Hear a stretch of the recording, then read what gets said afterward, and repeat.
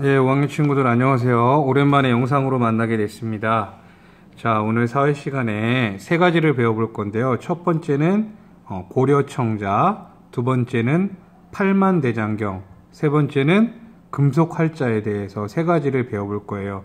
영상이 다소 길어질 수 있어도 끝까지 집중해서 잘 봐주기 바랍니다.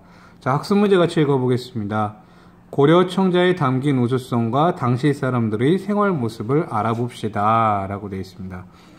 자, 고려청자의 우수성과 그 당시 사람들의 생활 모습을 알아보도록 하겠습니다. 자, 일단 고려청자 하면 고려를 대표하는 예술품이죠. 아주 유명한 예술품이에요. 우리 사금파리 한 조각이라는 책을 읽을 때도 나왔었는데, 이 원래 청자를 만드는 기법은 중국 송나라에서 들어왔는데, 여기에다가 상감이라는, 그래서 그 겉에 무늬를 새기고 거기 색깔이 다른 흙을 넣어가지고 이렇게 유약을 발라서 굽는 방법이죠. 이 상감이라는 기법을 도자기에 적용해서 만든 게 바로 고려청자입니다. 일단 청자를 만들려면 흙의 종류부터 달라야 됐어요. 흙이 아주 고운 흙을 사용해야 되고요.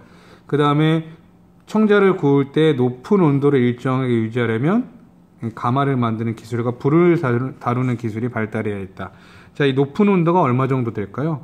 한 1300도 정도 되는 그런 높은 온도에서 고운 흙을 가지고 청자를 만들어야 했대요. 그러니까 이런 기술이 발달해야 됐고, 그 다음에 유약을 만드는 기술, 나중에 영상으로 볼 텐데 이렇게 유약을 만드는 기술도 뛰어났고, 그래서 이 고려청자가 고려의 도예 기술이 얼마나 뛰어났는지 알 수 있어요. 그 예전에 송나라에 청자가 송에서 들어온 건데, 송나라 사신이 고려도경이라는 책에 그 송나라 사신이 한 말이 고려도경이라는 책이 들어있는데요. 선생님이 한번 읽어줄게요. 도자기의 빛깔이 푸른 것은 고려인은 비색이라고 하는데, 근래에 들어 제작 기술이 정교해지고 빛깔이 더욱 좋아졌다라고 이렇게 송나라 사신이 고려 청자를 보고 극찬을 했다고 하네요. 예. 자, 여기 우리 국립중앙박물관 가서도 봤죠. 예. 청자, 상감, 운항무늬, 매병이라고 되어 있는데, 왜 이런 이름이 어떻게 붙게 되는지는 선생님 수업 시간에 이야기를 해줄게요. 자, 그 다음에 넘겨보겠습니다. 자, 고려 청자는 되게 다양하게 쓰였어요. 그래서 여기 보면 주전자, 의자, 찻잔, 베개, 향로 이런 것들 쓰이고, 그 다음에 뭐 벼루라든지 꽃병, 붓꽂이, 뭐 접시 이런 것들도 만들었다고 해요. 하지만 이 청자는 만들기가 어렵고 가치가 높은 제품이라서 왕실과 귀족들이 주로 사용했대요. 그래서 고려의 귀족들의 화려한 문화를 알아볼 수 있습니다. 자, 청자로 만든 찻잔, 그 다음에 향로, 베개 왠지 딱딱할 것 같은데, 그 다음에 주전자도 있고, 청자로 만든 의자도 있네요. 자, 이렇게 송나라에서 비록 이렇게 청자를 만드는 기술이 들어왔지만 그거에 그치지 않고 상감기법이라는 우리만의 기법을 만들어서 더 훌륭한 고려 청자를 만든 그런 이야기였습니다. 자, 이제 다음으로 넘어가 보겠습니다. 자, 다음은 학습 문제 같이 읽어볼게요. 시작. 너네가 읽어봐. 시작. 잘 읽었습니다. 예. 자, 고려시대에 많은 사람들에게 영향을 끼친 종교가 뭘까요? 예. 고려시대에 많은 사람들에게 영향을 끼친 종교는 불교죠. 불교입니다. 예. 자, 이전 시대부터, 삼국시대부터 불교를 많이 믿었고, 그렇기 때문에 불교가 많은 사람에게 영향을 끼쳤습니다. 자, 고려시대에는 외적들이 많이 침입해 왔죠. 어디가 쳐들어왔어요? 대표적으로 거란, 그 다음에 우리 교과서에 나오지 않았지만 여진족도 쳐들어오고요. 그 다음에 몽골, 예, 이런 우리는 그때 당시 고려보다 좀 더 강한 나라들이 쳐들어와서 많이 전쟁으로 인해서 많이 힘들었는데 그때마다 이 부처님께 빌어서 이 어려움을 극복하려고 했어요. 그래서 사람들이 마음을 하나로 모아서 대장경이라는 걸 만들었다고 합니다.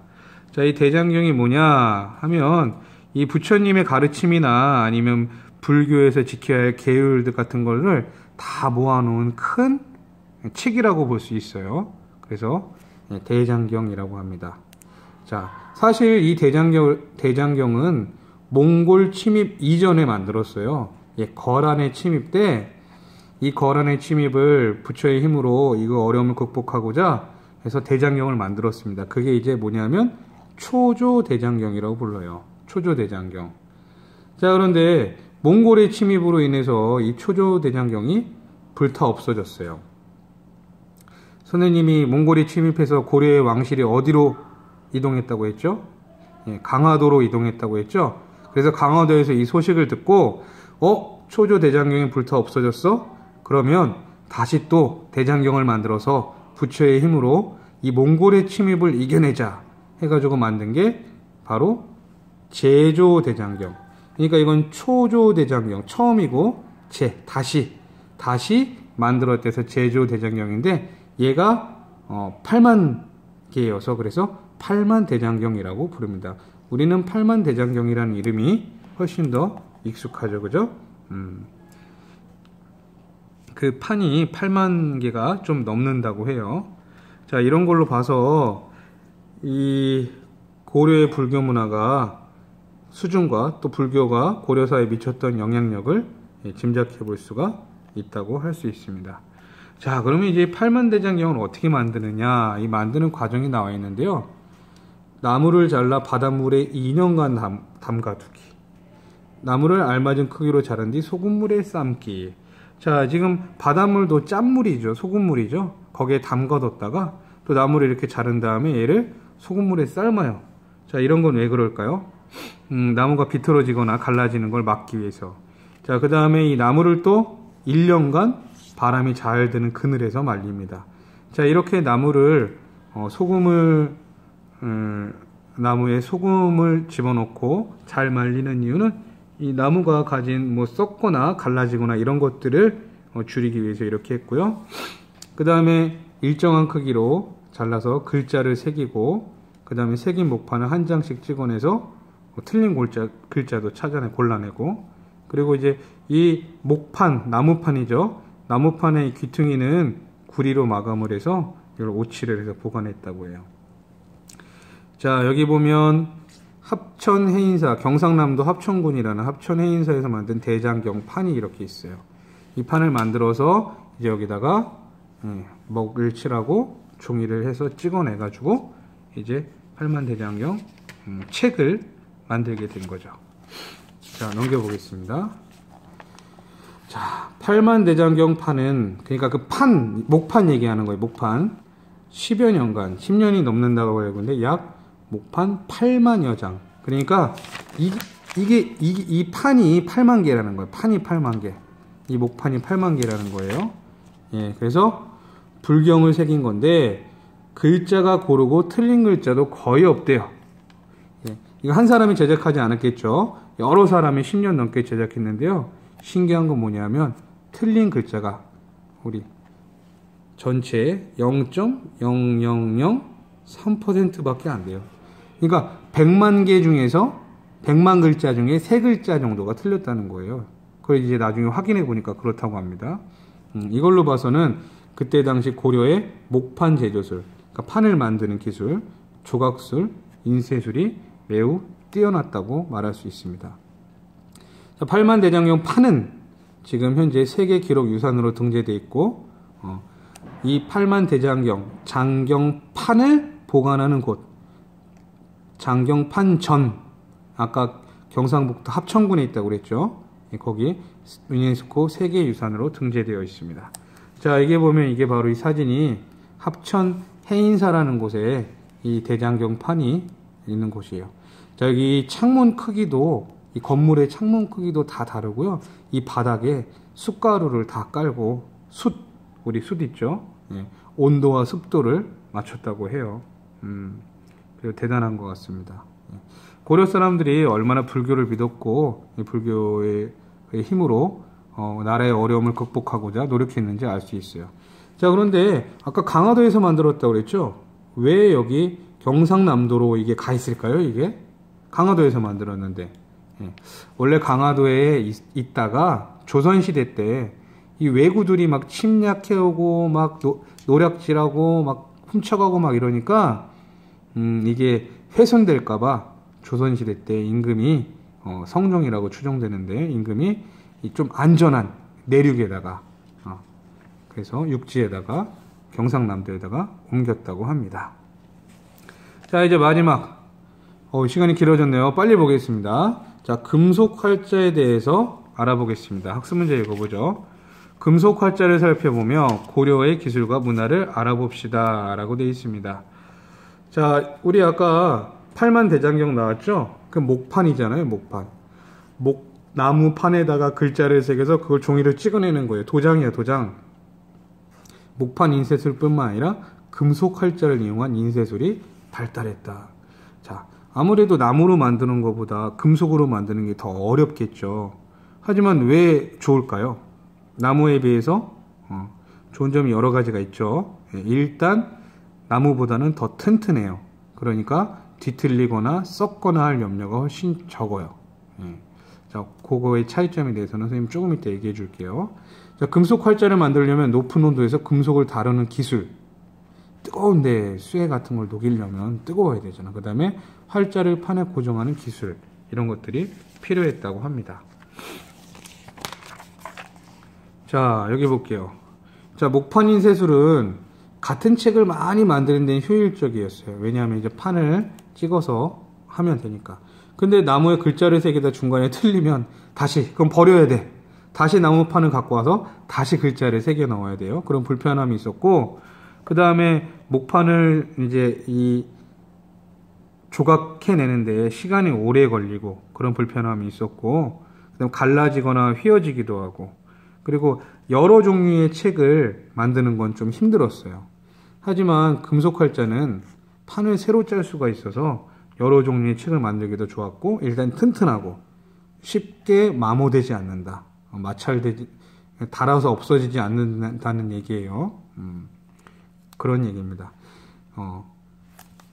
자, 다시 여기 와보면, 근데 이제 금속 활자만 하는데 중요했던 게, 일단 금속 활자만 잘 만들면 되는 게 아니라, 일단 나무보다는 금속에 이 우리 먹물이죠. 먹물이 고르게 묻지 않을 수 있어서 이 먹도 새로 만들어야 되고, 그 다음에 이 금속 활자에다 인쇄를 하면 이 금속이 나무보다 날카롭다 보니까 이 종이도 좀 튼튼해야 되는 거예요. 그래서 질기고 강한 종이가 필요했어요.